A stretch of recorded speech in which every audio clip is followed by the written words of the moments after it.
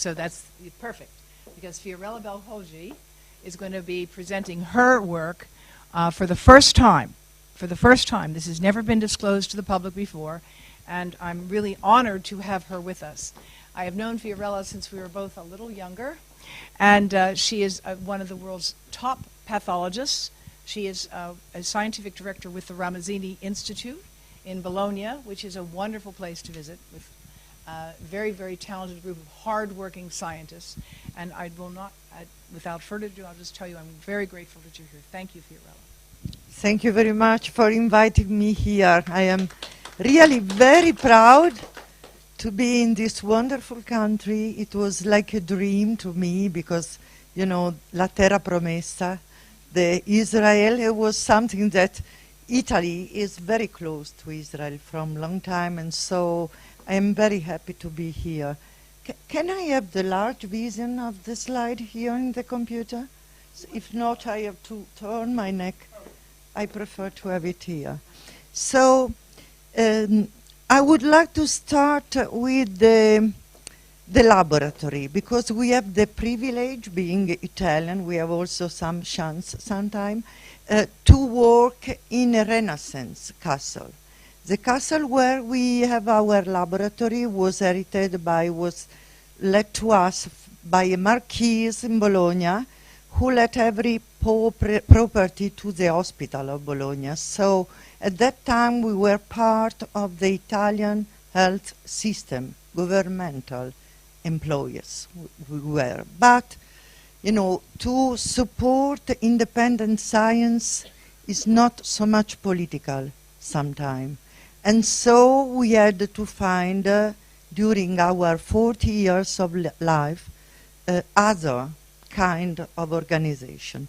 So we are in the castle, but the name is Bernardino Ramazzini, because he was a doctor in the 18th century who firstly said it pays more to prevent than to treat. And so in name of this Italian doctor from the University of Padua, all the preventive and occupational medicine in Italy is named to this doctor. There is a history in our laboratory, and I am really pleased to invite all of you to visit our laboratory if you want. Some of you went there, and you know that is really a beauty, a Renaissance beauty. We have frescoes. It's a very nice place. And then there is also a very nice staff working there. We are very passionate with the mission that Cesare Maltoni, our mentor, gave to us. We are really very much concerned about public health. And the nomination of our work is just in the view to find independent results and to apply them to the public health. So now, as I said, we are no more a governative entity. I was an employee of the Italian government until 2003. Now we are a cooperative. What does this mean? In Italy, the cooperative after the Second World War were very strong, where the organization of citizens then rebuilt Italy after the Second World War. So every citizen paid a quote, and they founded an enterprise, a company, that is with no profit. So all the income is invested to have more results. And this happened to my institute now. We have 27,000 associates. So what they do? They collect money and they allow us to survive. That is, for an institute like our institute, completely independent from industry, from the production, from the internal gross income, is that in English? We are completely independent from the economical issue. We do just our work because these people guarantee us to survive, not to be rich, but to survive. So from the early 2000s, for the reason that she said, and also Ron said, both NTP and the Ramazzini Institute started a project on electromagnetic field, in particular on radiation from the mobile phone. Ron at that time went to the castle, if I remember well, and Perry Wilson of NIST, of the same agency you used for your exposure system, went and verified if everything was correct. So we started, but why do we test animals, rats or mice? Because we use a human equivalent model. So what is very important when you use a strain of rat, a particular strain of rat, that the pathologies of these animals are similar to those of humans, to the expected pathologies in humans. So the tumoregram, we call it this line that is growing with the age, is the same both in rats and humans, but they live only 3 years. So this study is comparable to 90 years of life in humans, and you can be predictive. This is an example of that. We had the occasion, I know that Elia liked very much this figure, it's true? Because we had the occasion to have the cause of death of all people died at the hospital in Trieste, because the doctor, Professor Giarelli of the University of Trieste, had the permission to perform autopsy on all dead people of any age for any cause in that hospital. So in 1 year he had 2,000 people dead there, and we could compare the observed neoplasia at death with the observed neoplasia of our rat, and the distribution was very similar, as you can see.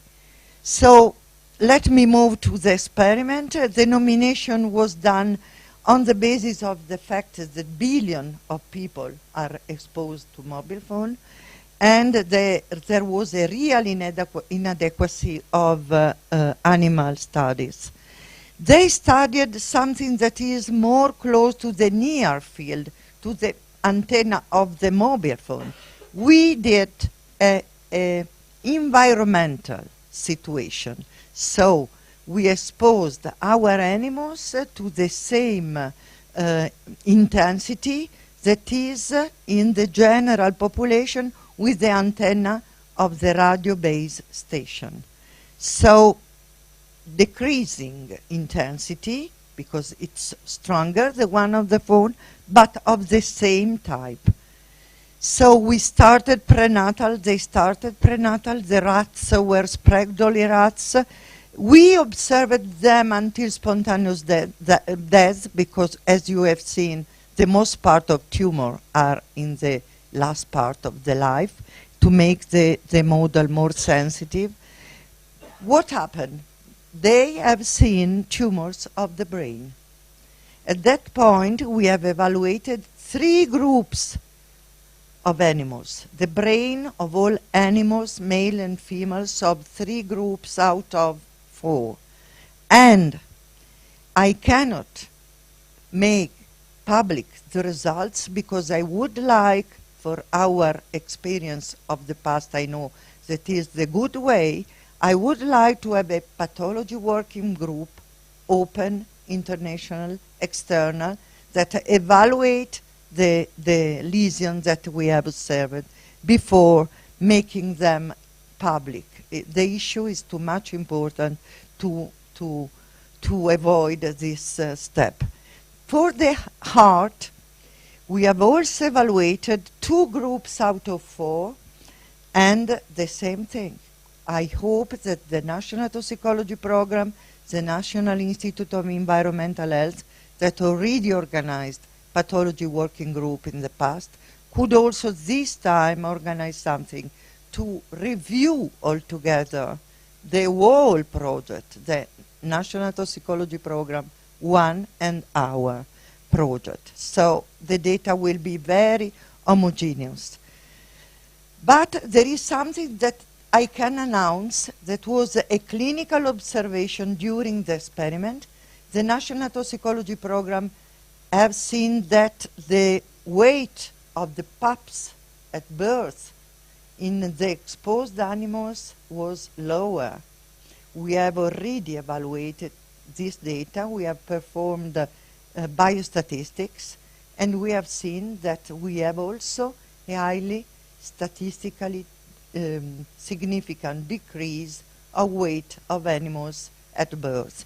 So something, let me say, that our study could reinforce the results of the National Toxicology Program, and it is very, very important to conclude the study with them.